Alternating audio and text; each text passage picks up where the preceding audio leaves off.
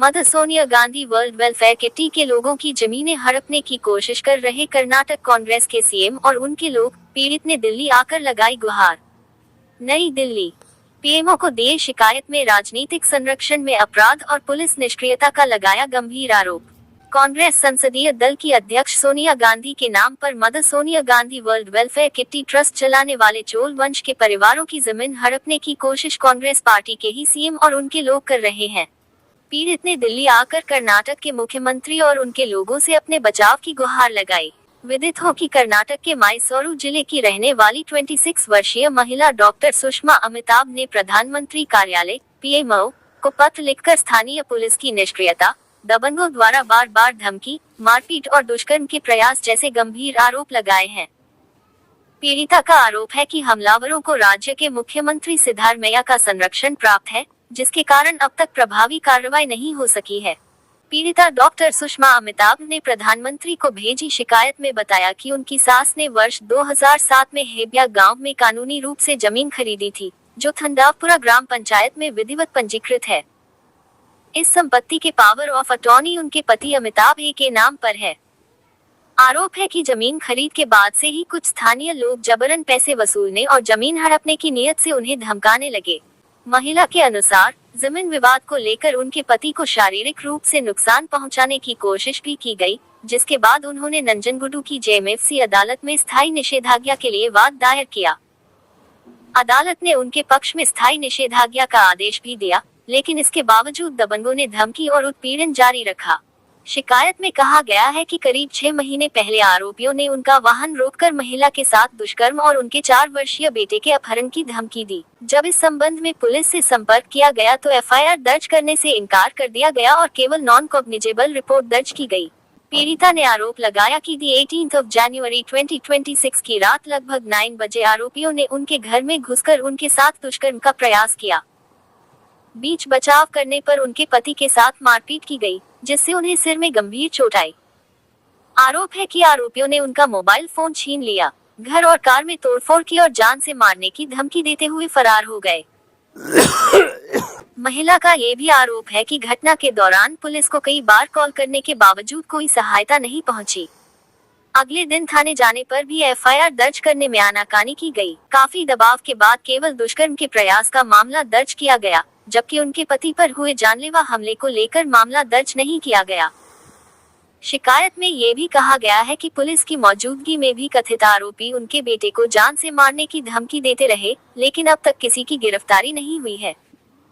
पीड़िता के अनुसार उन्होंने डीआईजी स्तर तक शिकायत की, जिसके बाद केवल 3 दिनों के लिए पुलिस सुरक्षा दी गई।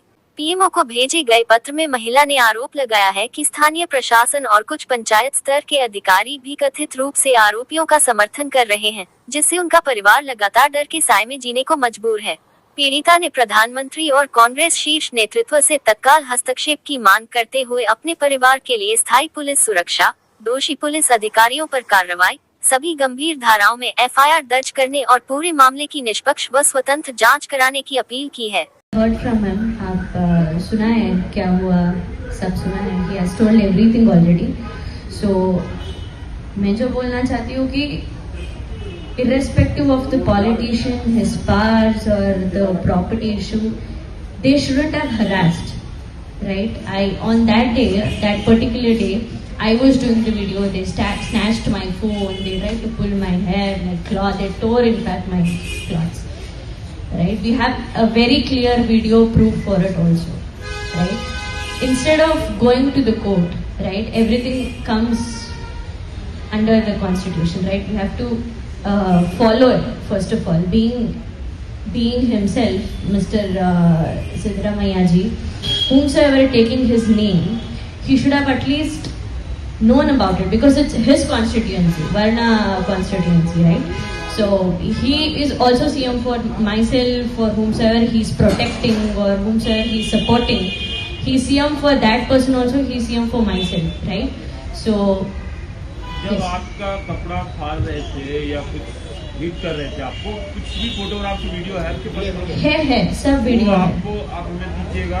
हो सकता है वहाँ की मीडिया डर से नहीं चलाना चाहती होगी। हाँ, सब मीडियो में आ चुका है सर। कर्नाटका का मीडिया में सब वीडियो। अच्छा, मैंने चिल्लाते हुआ वीडियो, सब वीडियो आ चुका है, सब मीडिया में। जो आपके कपड़े फाड़े जा रहे हैं वो वीडियो भी?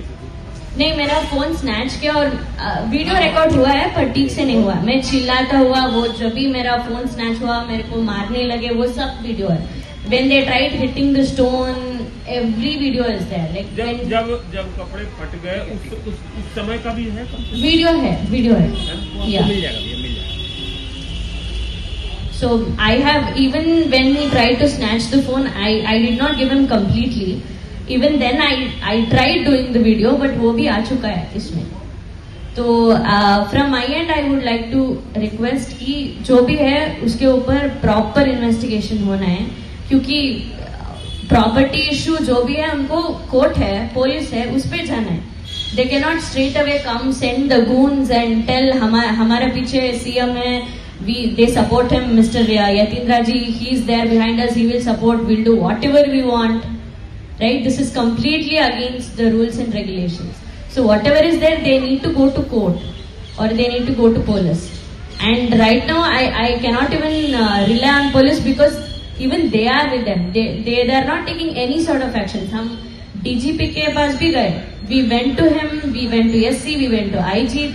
When we went to IG, he tells, no madam, हाँ, we went to SP, he tells, मैंने सब सिचुएशन का क्रिटिकलिटी बोल दिया मैंने। ऐसा सिचुएशन है सर, हमको एटलीस्ट 3 दिन के लिए सिक्योरिटी चाहिए।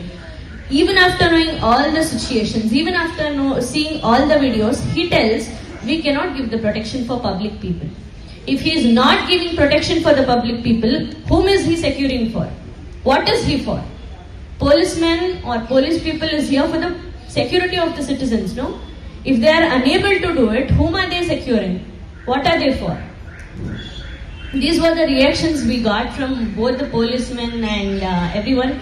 But still, कर्नाटका का मीडिया से बहुत सपोर्ट मिला और उसके बाद भी कुछ नहीं हो रहा. Even after the FIR, the peoples are roaming around happily with the whomsoever they tell, with the support of Mr. Siddaramaiah ji. We just don't know. They just take the name of him and do everything what they do. Even PDO is listening to that person. He is just a common ex-panchayat president. वो सिर्फ panchayat president था बस. If the panchayat president can have the powers of controlling PDO, Tahsildar, SP, IG, where is all that power coming from? That is my question. Right? So what's your demand? So the Karnataka CM, whole government and is not supporting you. What's your demand from Delhi, the national government and Home Ministry and PM? What's your demand right now? They have to look into the issue and they have to seriously look into the issue, because myself being a vice president of Mother Sonia Gandhi World Welfare Committee, I have no protection. I am doing a social work or charity under the name of Honorable Sonia Gandhi ji, and they being the Congress constitution, वो CM जी का ये खुद का local MLA हो, वहीं पे मेरे को ही प्रोटेक्शन नहीं मिल रहा है. तो just consider the other women who has no voice. At least I have a voice, I have person to support me to come here and talk to your people. Consider a people or a lady or a girl who has no support or no voice to talk about it. So I request an immediate investigation should happen. Right? We have all the documents, we have all the property details, या वो situation जो हुआ था उसके बारे में सब video clip सब है हमारे पास. इन्वेस्टिगेशन होना चाहिए. So some random goon cannot take the name of Siddaramaiah ji. Or else, if really Siddaramaiah ji is behind it, I want to know कि क्या है, व्हाट इज द प्रॉब्लम.